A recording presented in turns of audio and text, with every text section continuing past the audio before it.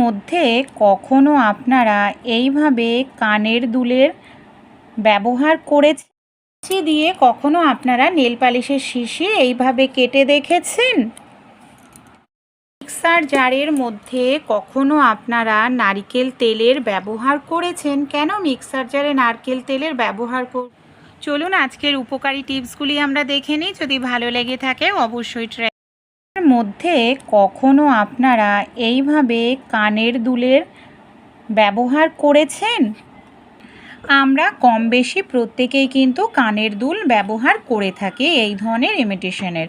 সবসময় যে সোনার কানের দুল পরেই যে আমরা সবসময় কোথাও ঘুরতে যাই তা নয়, কিন্তু অনেক সময় অনেকেরই যেটা সমস্যার দেখা দেয় বন্ধুরা, এই ধরনের ইমিটেশনের যে কানের দুলগুলো পরে থাকে কি হয়, এই যে কানের যে ছিদ্রটা থাকে সেই জায়গায় দেখা যায় প্রচণ্ড ব্যথা করে, এমনকি পুঁজ জমে যায় অনেকের, আর ইনফেকশনও হয়ে যায় এই ধরনের ইমিটেশন জাতীয় কানের ব্যবহার করলে।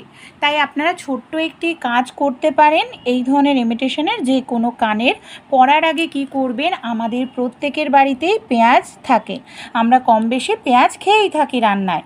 তাই যাদের কানে এরকম সমস্যা যে ইমিটেশনের কানের আপনারা পরতে পারেন না, কি করবেন, কানের পরার আগে এই যে কানের গুজির অংশটা রয়েছে সেটাকে আপনারা পেঁয়াজের মধ্যে এইভাবে ঢুকিয়ে দিন। কি হবে, গুজির অংশটাতে পেঁয়াজের রসটা লাগবে। এইভাবে আপনারা 1 থেকে 2 মিনিট রেখে দিন। 1-2 মিনিট পর যখন আপনারা এটা খুলে নেবেন, এই যে দেখবেন পেঁয়াজের রস লাগার কারণে ইনফেকশন হবে না, ব্যথা করবে না, এমনকি সহজেই ইমিটেশনের কানের পরতে পারবেন। কাঁচি দিয়ে কখনো আপনারা নেল পালিশের শিশি এইভাবে কেটে দেখেছেন? বাড়িতে যে এই ধরনের কাঁচিগুলো থাকে বন্ধুরা, আমরা এই ধরনের কাঁচি দিয়ে কি করি, কোনো কিছু কেটে থাকি। অনেক সময় দেখবেন কাঁচির কোনো রকম ধার থাকে না, ধার চলে যায় কোনো কিছু কাটতে গেলে, এই দেখুন কাটা যায় না, তখন হয় ধার করিয়ে নিয়ে আসি, না হয় আবার নতুন করে আমরা কাঁচি নিয়ে আসি কিনে। তাই এই ধরনের কাঁচিগুলো যেটা ধার চলে যায় আমরা বাড়িতেই কিন্তু খুব সহজেই এর ধারটা করিয়ে নিতে পারি। কিভাবে চলুন দেখে নিই। আমাদের প্রত্যেকের বাড়িতেই নেল পালিশ থাকে, নেল পালিশের নিচের দিকটা দেখবেন খাঁজ কাটা থাকে, মানে একটা প্লেন থাকে না, সেই সাইডটা দিয়েও আপনারা এইভাবে ঘষতে পারেন। 1-2 মিনিট মতো এইভাবে একটু ঘষে নিন। যেহেতু কাচের শিশি হয়, এই কাজটা করলেও দেখবেন সহজেই কাচের ধার ফিরে আসে। তাছাড়াও আরও একটি কাজ করতে পারেন, আপনারা এইভাবে কাটবেন। এই যে আমরা যখন কোনো কিছু যেরকম কাটি, এইভাবে নেল পালিশের শিশির ওপর রেখে 1-2 মিনিট মতো এইভাবে একটু কাটতে থাকেন। তারপর দেখুন যে কাগজটা সহজে আমি কাটতে পারছিলাম না, সেটাই কত সুন্দরভাবে দেখুন আমি এখানে কেটে নিলাম। ভালো লাগলে আইডিয়াটি অবশ্যই ট্রাই করে আপনারাও কিন্তু দেখতে পারেন। বানানোর জন্য কম বেশি আমরা কিন্তু এই ধরনের ধূপকাঠিগুলো ব্যবহার করেই থাকি বন্ধুরা, কিন্তু অনেক সময় দেখবেন আমাদের এই ধূপকাঠির গন্ধটা ভালো লাগে না, বা খুব দ্রুত তাড়াতাড়ি এই ধূপকাঠিটা জ্বলে নিভে যায়। এরকম যদি সমস্যা হয় যে গন্ধটা ভালো লাগছে না, তাহলে আপনারা এই ছোট্ট টিপসটি অ্যাপ্লাই করে দেখতে পারেন। এতে কি হবে, ধূপকাঠি থেকে মশাও চলে যাবে, গন্ধটাও চেঞ্জ হয়ে যাবে। আমাদের প্রত্যেকের বাড়িতেই কিন্তু নারকেল তেল থাকে, আর এই ধরনের কোনো সুগন্ধিত নারকেল তেল এখানে নিতে হবে। আপনারা কি করবেন, হাতের তালুতে 1-2 ফোঁটা নারকেল তেল নিয়ে নিন। তারপর এই যে মশা তাড়ানোর যে ধূপকাঠিটার গন্ধটা আপনাদের ভালো লাগে না, সেই ধূপকাঠির মধ্যে এইভাবে নারকেল তেলটাকে একটু ভালো করে লাগিয়ে নিন। এতে দেখবেন ধূপকাঠির থেকে নারকেল তেলের সুন্দর একটি গন্ধ বেরোবে। অবশ্যই এরকম সুগন্ধিত নিতে হবে যে নারকেল তেলে একটু গন্ধটা সুন্দর, যেটায় গন্ধ নেই সেই নারকেল তেল নিলে হবে না, এতে মশাও চলে যাবে, ঘর থেকে সুন্দর রুম ফ্রেশনার হিসাবে একটা গন্ধ বের হবে। ভালো লাগলে আইডিয়াটি ট্রাই দেখবেন। বাড়িতেই কিন্তু চপ, সিঙ্গারা কিংবা নানা রকম ভাজা খেয়ে থাকি, বর্ষাকালে হোক বা যে কোনো সিজনে। আমরা যখন ব্যাটারটাকে ফেটাই, ভালো করে ফেটাই, কিন্তু দেখা যায় তারপরেও চপ হোক বা যে কোনো ভাজা ঠিক মতো দেখা যায় ফোলে না, মুচমুচে ভাব আসে না। তাই ছোট্ট একটু টিপস এখানে যদি অ্যাপ্লাই করেন, দেখবেন খুব সুন্দরভাবে যে কোনোই ভাজা করেন বা চপ করেন, আপনাদের সেটা মুচমুচে হবে, ফুলকো হবে, খেতে ভালো লাগবে। দেখুন আমরা কিভাবে বুঝবো ব্যাটারটি রেডি হয়েছে কিনা, কারণ আমরা তো খুব সুন্দর করেই ফেটিয়েছি। এর জন্য ছোট্ট একটি কাজ করতে হবে। একটি পাত্রের মধ্যে দেখুন আমি এখানে নিয়ে নিয়েছি জল। এবার আমি একটুখানি ব্যাটার এখানে দিয়ে দেব।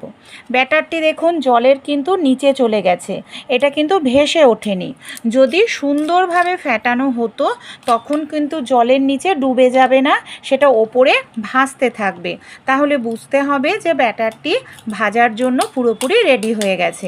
এটাকে আমার আরও কিছু সময় ফেটিয়ে নিতে হবে, তাহলে জলের ওপরে ভাসতে শুরু করবে।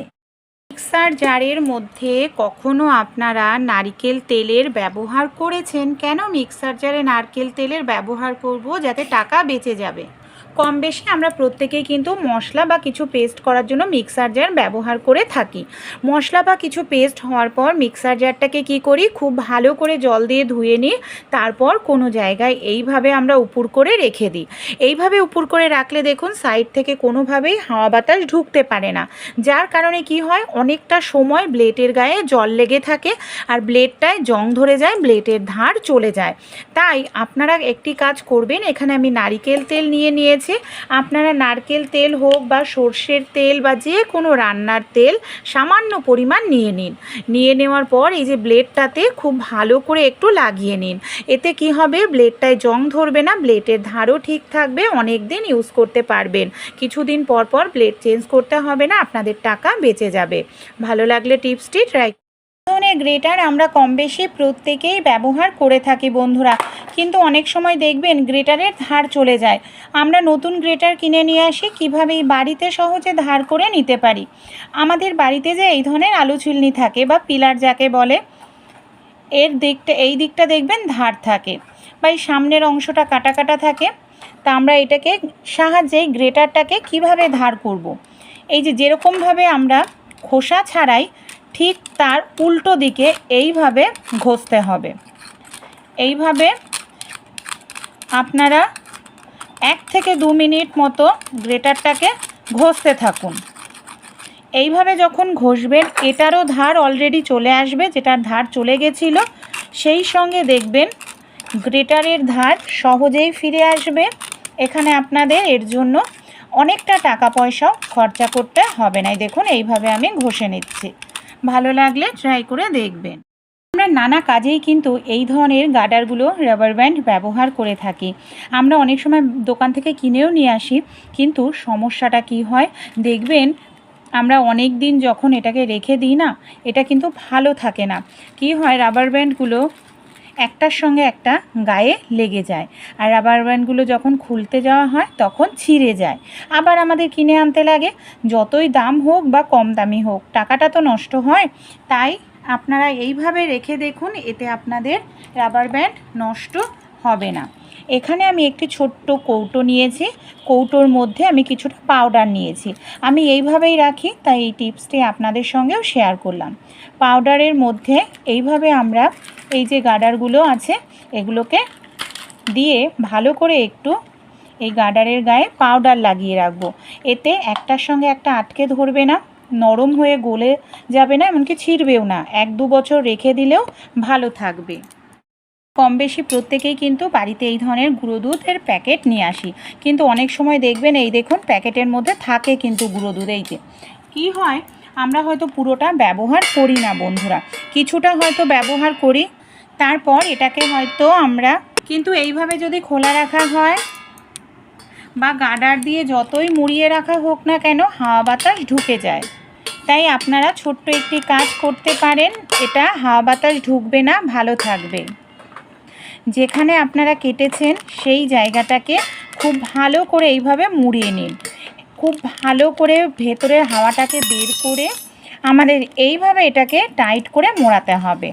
তারপর আমাদের বাড়িতে যে এই ধরনের টাইট দেখে জামা কাপড়ের ক্লিপ নিয়ে এইভাবে আটকে রাখুন। এখানে আমি দুধের প্যাকেট দেখালাম, মশলা এইভাবে রাখলে দেখবেন হাওয়া বাতাস ঢুকবে না, মশলা হোক গুঁড়ো দুধ হোক নষ্ট হবে না, অনেক দিন ভালো থাকবে। আইডিয়াটি যদি একটি করে কিন্তু নয়, আপনারা চাইলে এখানে একসঙ্গে 2-3টে করে বেলে নিতে পারেন। তা আমি এখানে একসঙ্গে দুটো বেলে দেখাবো বেলন চাকি ছাড়া।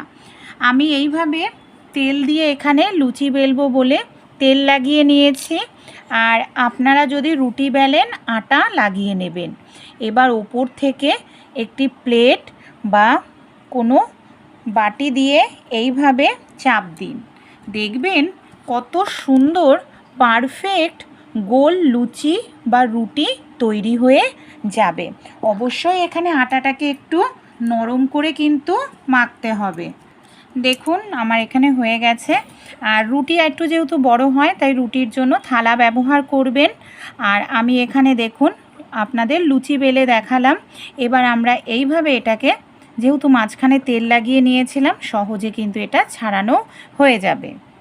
এই দেখুন কত সুন্দরভাবে এখানে আমি ছাড়িয়ে নিলাম। আইডিয়াটি ভালো লাগলে ট্রাই করবেন। লুচি বা রুটি এই পদ্ধতিতেই বেলে নিতে একটি একটি করে কিন্তু নয়, আপনারা চাইলে এখানে একসঙ্গে দুটো তিনটে করে বেলে নিতে পারেন। তা আমি এখানে একসঙ্গে দুটো বেলে দেখাবো বেলন চাকি ছাড়া। আমি এইভাবে তেল দিয়ে এখানে লুচি বেলবো বলে তেল লাগিয়ে নিয়েছি। আর আপনারা যদি রুটি বেলেন আটা লাগিয়ে নেবেন। এবার ওপর থেকে একটি প্লেট বা কোনো বাটি দিয়ে এইভাবে চাপ দিন। দেখবেন কত সুন্দর পারফেক্ট গোল লুচি বা রুটি তৈরি হয়ে যাবে। অবশ্যই এখানে আটাটাকে একটু নরম করে কিন্তু মাখতে হবে। দেখুন আমার এখানে হয়ে গেছে। আর রুটি একটু যেহেতু বড় হয় তাই রুটির জন্য থালা ব্যবহার করবেন। আর আমি এখানে দেখুন আপনাদের লুচি বেলে দেখালাম। এবার আমরা এইভাবে এটাকে যেহেতু মাঝখানে তেল লাগিয়ে নিয়েছিলাম সহজে কিন্তু এটা ছাড়ানো হয়ে যাবে। এই দেখুন কত সুন্দরভাবে এখানে আমি ছাড়িয়ে নিলাম। আইডিয়াটি ভালো লাগলে ট্রাই করবেন। লুচি বা রুটি এই পদ্ধতিতেই বেলে নিতে